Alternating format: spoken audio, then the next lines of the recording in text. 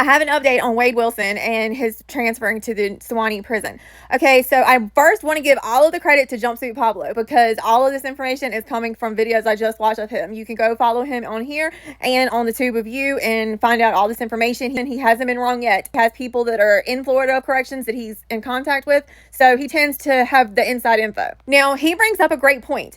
On the Florida Department of Corrections website, it says he's not in confinement. Now, I saw this at first too, but I thought maybe it hasn't updated yet, and that's just not correct because we think someone on unalive row is obviously going to be in solitary confinement, right? Well, I checked it again, and it still says not in confinement. And so what Jumpsuit says is that means he's able to be out in regular population with other inmates. He's able to play games with them and go out of his cell at the same time other inmates are.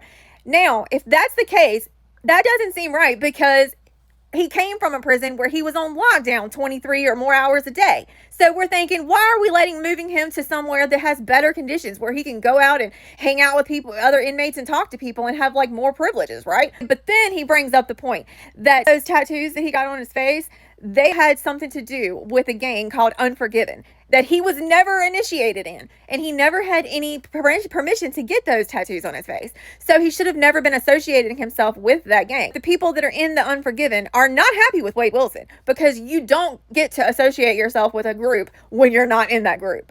So when you do get in front of that group, you're going to have some problems. So maybe the reason that they transferred him to this prison and let him be out of confinement and able to mingle around with these other inmates, possibly inmates from the Unforgiven, because there are many there that are in the Unforgiven.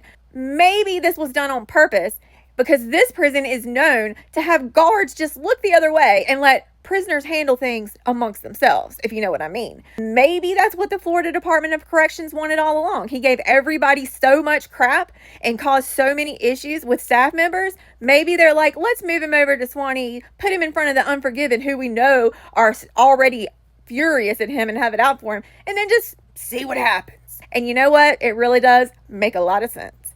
But be sure to like and follow for more, and I will let you know as soon as I hear anything else.